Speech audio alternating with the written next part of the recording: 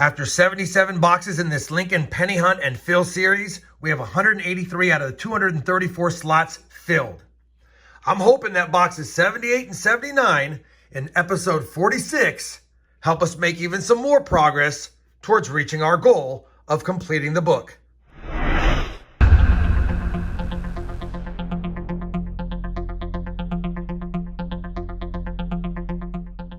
Hey everyone, it's RobFindsTreasure and welcome back to my channel. We have yet another 2-box penny hunt in hopes of adding some finds to this penny book.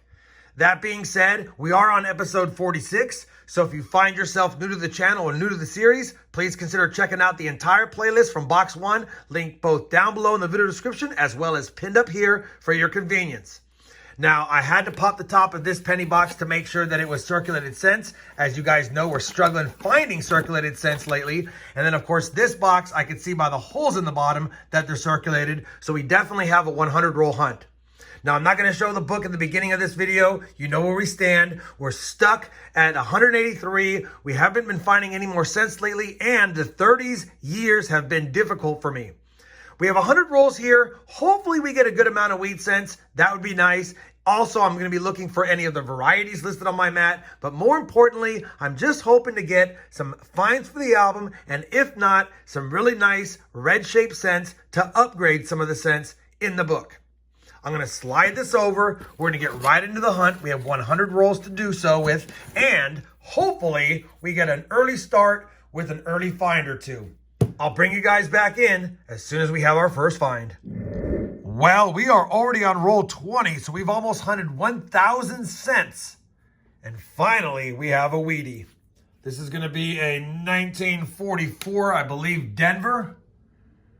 And it is, and I don't see the D over S, and it is a common wheat cent, but hey, it's our first one finally after almost 1,000 pennies searched. Hopefully the box heats up. Let's get on some wheats. Roll number 23, and we have our first foreign find. It's going to be a Panamanian 2001 Urraca Un Centésimo de Balboa. We'll take it. Finally have another find. They've been far and few between. Same roll, and we do have our second wheat cent. And I think that's a 51 Denver. It is. 1951D, second wheat cent, and I think I see a Canadian as well for our second foreign to go along with it. 1976 Canadian. Now, heat up box. Roll number 39, and we have spotted a rarity. It's a wheat cent. This is wheat cent number 3 of the box, and it's just another 1944 Philadelphia. Roll number 48, and just laid it out, and in the back pops our 4th wheat cent of the entire box. This one is a 54 Denver. Same roll, and magically we have 2 wheat cents in the same roll. 1957 Denver. Total of 5 wheat cents now. Well, box 78 was a tough box. Only 5 wheat cents, and honestly, surprised we even got that many with how light it was. The funnest thing about this box was the fact that we had a lot of 92s that I could scope for the close I am, although we didn't find one. A lot more 92s than normal. Outside of that, we got a light amount of copper, about 1/3 of the cup, maybe even a 1/4.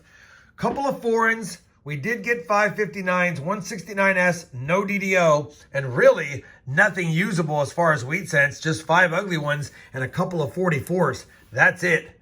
Tough first box. That's why we have a second one.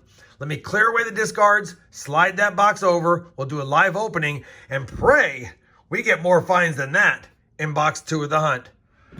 All right, we'll take anything after that box, but we did get something at least. All right, let's take a peek inside here, and I don't see any for sure enders, but it's what's on the inside that matters. Roll 51 coming up. Hopefully we find more wheat cents.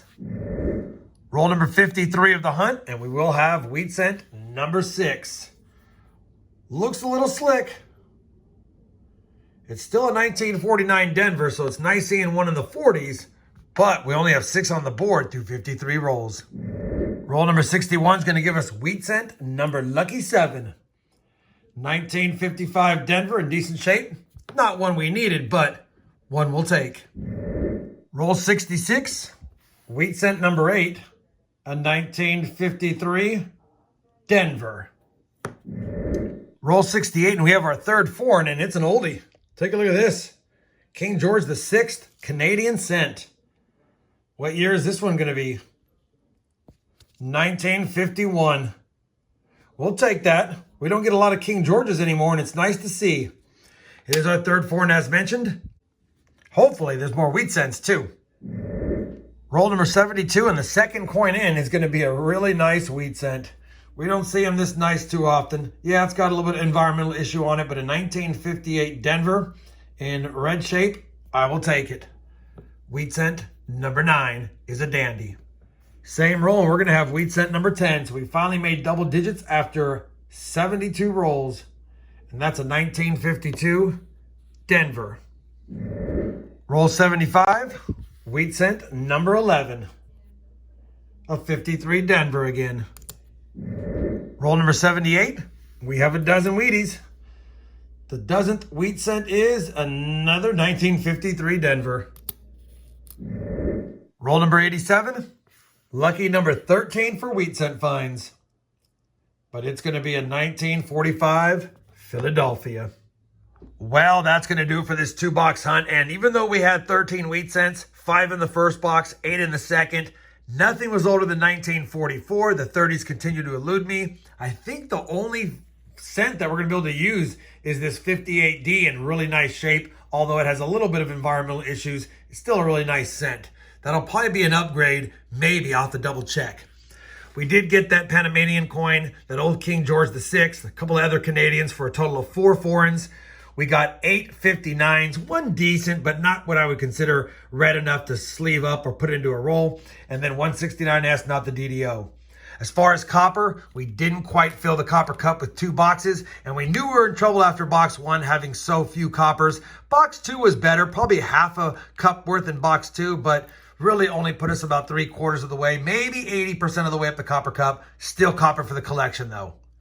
Let me go through the finds, although, like I said, probably only one upgrade, and just double check, and I'll bring you back with a final look and some final thoughts on today's hunt.